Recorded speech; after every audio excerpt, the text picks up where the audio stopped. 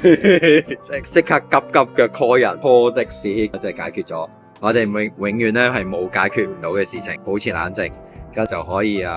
think it possible， 咁咧就可以冇可能嘅嘢咧都可以即刻解決，彌補翻我哋嘅犯錯，將個損失減到最低，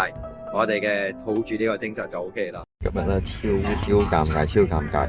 1月頭咧就同同事咧今日去東語學校咧，話31號大家都以為係30號，直至今日咧24號啦早上咧就學校打嚟咧，仲未見到導師到啦，9點半英文老師未到，24號有嘅，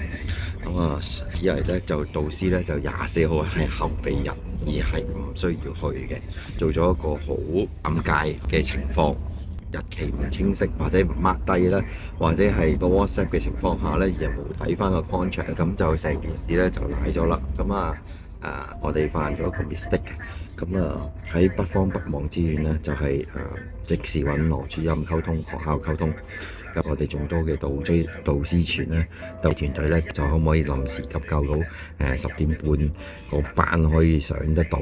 ，9點半嗰班咧可能 cancel 啦，睇下可唔可以順延到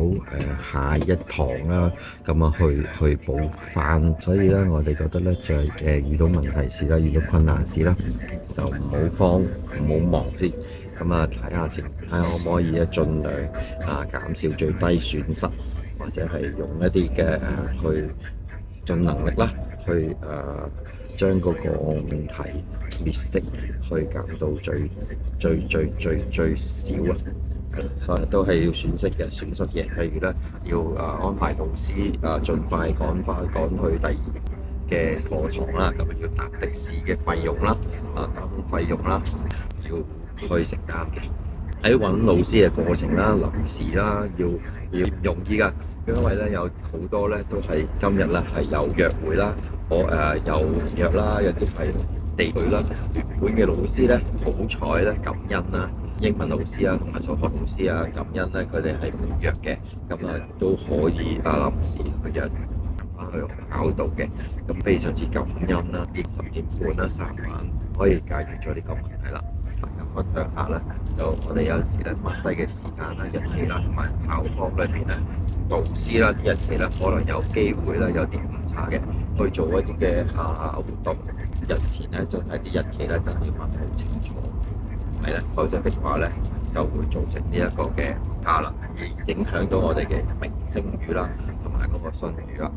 咁所以我咧係經驗去累積嘅，加油！今日非常之感恩。overlook 咗，原來 contract 裏邊咧24號係有堂噶，冇 double check 係我嘅錯，係即係我睇錯，即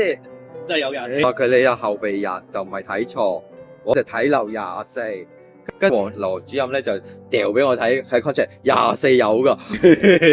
即刻急急腳 call 人 call 的士，就解決咗。我哋永遠咧係冇解決唔到嘅事情，保持冷靜，咁就可以